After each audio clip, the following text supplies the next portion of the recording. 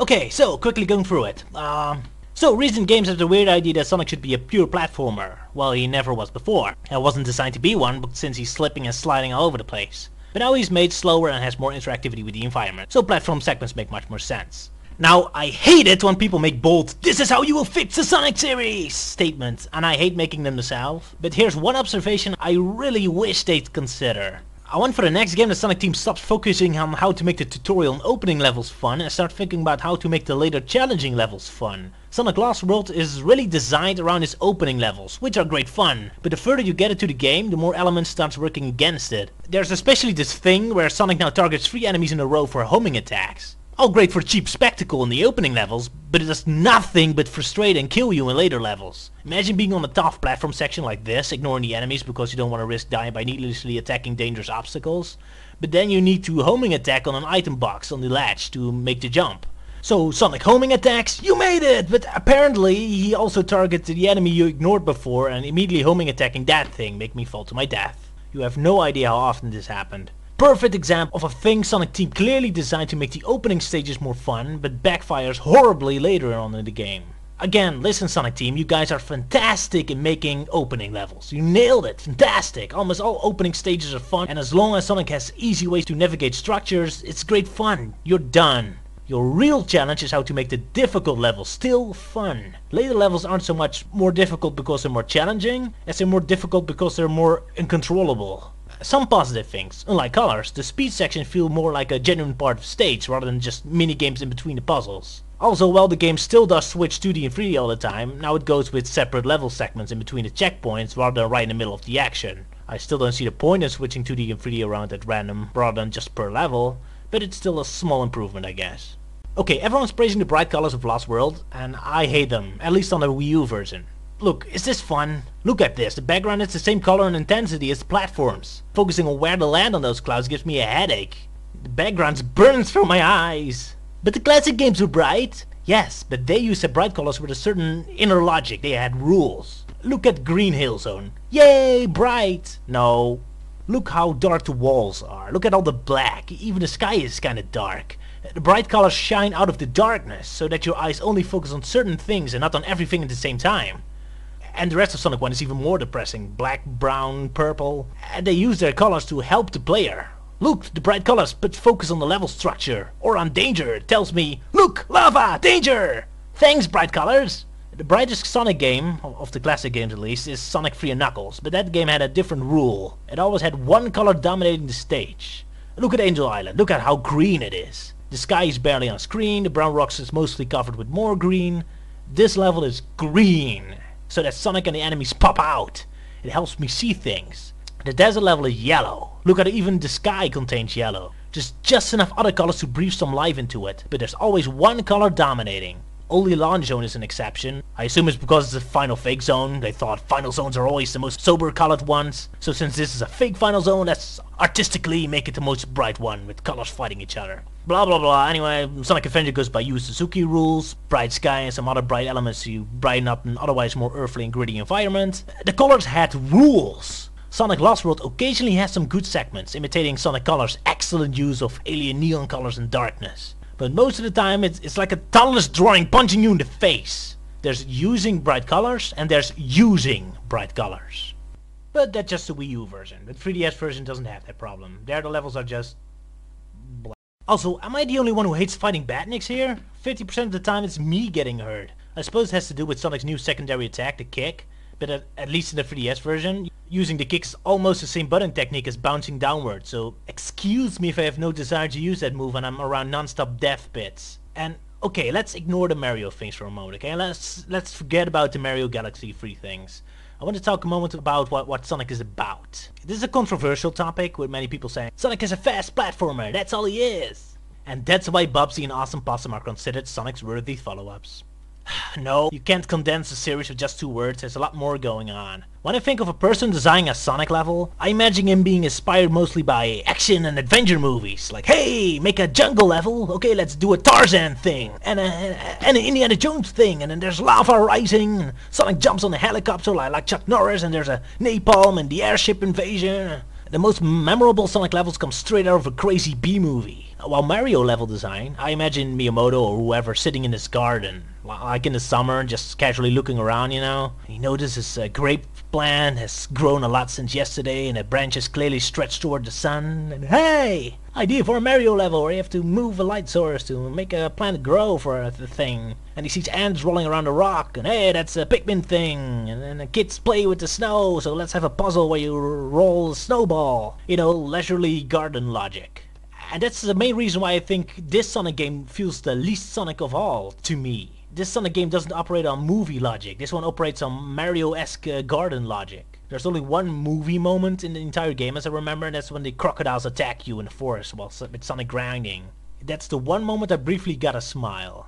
For the rest, there's a level where you have to make apple juice, and where you roll a snowball around to fill holes, or Sonic turns into a damn music note. Again, ignore the obvious Mario imitations, whatever. No, it's the logic, the inspiration source of the levels that make this Sonic game so extremely not Sonic. To me, Lost World is like the evil twin, or happy twin, of Shadow the Hedgehog's game. The direct connections and parallels are overwhelming. Shadow has a dark atmosphere that only focuses on an exaggerated Scrap Brain Zone mentality, but doesn't have the bright colors of Green Hill Zone. And Lost World has a Green Hill Zone exaggeration, but misses the grid of Scrap Brain Zone. Seriously, where's the factory military base levels? This is the most industrial level there is. Come on, Sonic is always about nature versus industry. Shadow has realistic guns that don't belong in the Sonic game. Sonic Lost World is Sonic turning into a music note level based on making apple juice. Whoa, now that's Sonic! Shadow has stupid missions where you need to find objects. Sonic Lost World has maze levels and these damn slime worms. Seriously, every complaint you can throw at Shadow has an exact parallel with Lost Worlds, only happier. Keep in mind, this sounds harsher than I meant it. I kinda like Shadow for what it is, if flawed. Lost Worlds is also okay, if I give it more time for me to get used to it, perhaps. But as far as I'm concerned, they're equal, but on the opposite sides of the dark light spectrum. Except that Shadow at least keeps true to its own direction and has an actual satisfying conclusion to its story, where Sonic Lost World's direction is all over the place and has the most disappointing and out-of-place ending of any Sonic game to date. But it's the story you want me to talk about, huh? I'm going to avoid spoilers for now, as most as possible. Besides, I want some things to sink in. For now, I'll just say, it starts off okay. Finally some actions, and the jokes are toned out. Then after the introductions, they go right back to Sonic Color shenanigans with the damn bro behavior. And you're asking so nice. Good one, buddy. Thanks.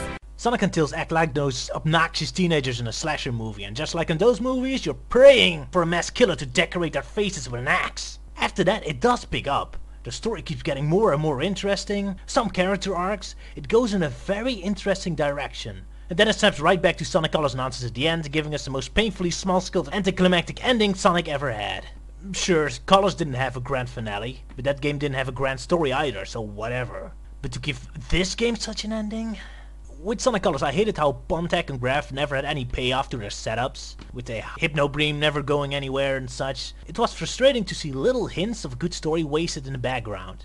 Well, Lost World is like that, but worse. This time those little hints are on full display. Story arcs suddenly appear out of nowhere with no build-up and no payoff, and okay, no spoilers. Look, here's an example. Everyone knows this cutscene that was leaked with Sonic kicking away Eggman's mind control thing and everyone was ranting that Sonic is stupid. Although I personally liked it, because it makes sense for Sonic to make a mistake like that. After all, he's fast and restless. Anyway, point is, people complained until even a writer Ken Pontek listened and said, one mistake doesn't make someone an idiot. It's how they deal with the mistake that makes them a hero. Well, okay. So how does Sonic deal with the responsibility of his mistake? Well, when he's confronted, he instead insults Eggman, for which everyone randomly joins in for no reason. Later when Tails is depressed, he suddenly brings it up as a joke. Then later when Tails makes a mistake, Sonic is angry and lectures Tails about it. Also, there's never any point in the story where Sonic is ever in a situation where he has to deal with the same dilemma again. So he never gets to prove that he learned his lesson. So, to recap, how does Sonic deal with a mistake he caused? Blame it on someone else, mock that person, trivialize my friend's worries by one-upping him, joking about the mistake to deflect gold, be a damn hypocrite, and not learning any lessons. So that's how heroes deal with responsibility. Thanks, Pontak. So, with Blaze and Rouge in the garbage, we need the other female characters to pick up the slack. Fortunately, there's Amy, the anti-Peach, where lame Peach is just calmly waiting for Mario to get there and pleading for help. The much more spunky Amy is now... Save the world and kick some butt for all of us. Oh, geez, at least Peach is locked away and important to the plot. That means Amy's even worse than Peach here. Oh well, at least we have a new female villain. You ruined my nail art. Can you please get Blazer Rouge back in here? Actually no, Pontek and Graf will turn them into Brain Dead bimbos too. Knuckles! Sorry, I mean Bob the Echidna. Okay, look, the Master Emerald floating island thing, I don't care anymore. It's clearly not going to happen. The games will ever acknowledge it again. Fine, whatever, I don't care. This is Bob the Echidna, shiny new character. Can you at least explain him? Seriously, I don't get this thing. Why, what, who, just why? What's his story in this game? Did Amy call him on the phone going, "Hey Bob, Sonic is off having a grand adventure and I'm here to assist him on the phone by staring at the trees in case something happens with them. Can you come over and stand there?" Why, Knuckles? Why?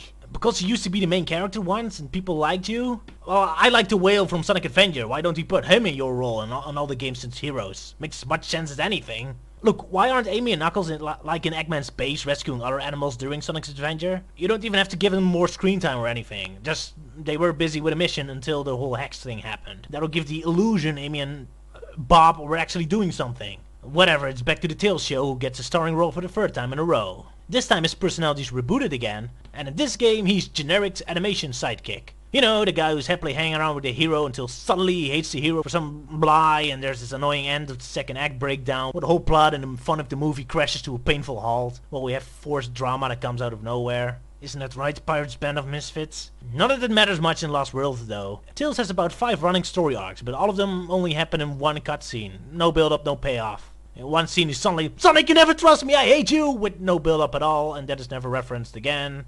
And he gets a shiny new story arc in the next cutscene. It's fascinating. It all builds up for one of the most spectacular anti-climaxes ever. But I'll let you find out for yourself, dear audience. Everyone has to see Tails' amazing story arc conclusion with pure untainted thoughts. Finally, let's talk a bit about the Deadly Six. Well, there's about 4 Deadly Six. The most important one with the most screen time is obviously the fat one. He's hungry and he eats sandwiches. With such rich comedy material, it's obviously he gets the most screen time. I never get tired of food jokes in Sonic game. I can watch them again and again and again and again and again and again. Which is a good thing, because they will happen again and again and again and again and again. Sandwich! Funny sandwich, I'm hungry, sandwich! Then the generic leader, who just checks off all the generic villain bullet points. Plotting in darkness, check. James Bond booby trap where he won't stick around to see if it works out, check. Ranting and berating his minions for failing something they had no control or impact over, check. Then the Chinese master guy. I like him the most. He's the mentor and the father figure of the group, and therefore brings a sense of family and companionship among the Zeddy. Which I greatly appreciate, because without the mentor guy, they'd be nothing but a collection of bad jokes. Speaking of jokes, I love the fact that Pontek and Graf couldn't come up with jokes around him. Sonic's only one-liner for him is awkwardly mentioning the word school. Because he's a master, get it? And finally the Hyperactive Dude. Being a hyperactive troll, he fits right in with Pontek and Graf's writing and thinking style, so he's clearly their favorite and gets the best jokes. Admittedly, he and Eggman are the only 2 characters capable of making jokes where I don't want to stab them to death. So, that's the Deadly Six. Huh? What's that? I only talked about 4 Deadly Six. There's supposed to be 6? Well, tell that to the writers. I don't think Xena and Zora have a single line of dialogue outside of their boss introductions. So if they were your favorite characters, tough luck. But at least there's plenty of food jokes! Sandwich! Oh my god, I never get tired of that. Never! Okay, I said enough. Maybe we'll go deeper into it in the future, but for now, go find out for yourself. Luke, wake up.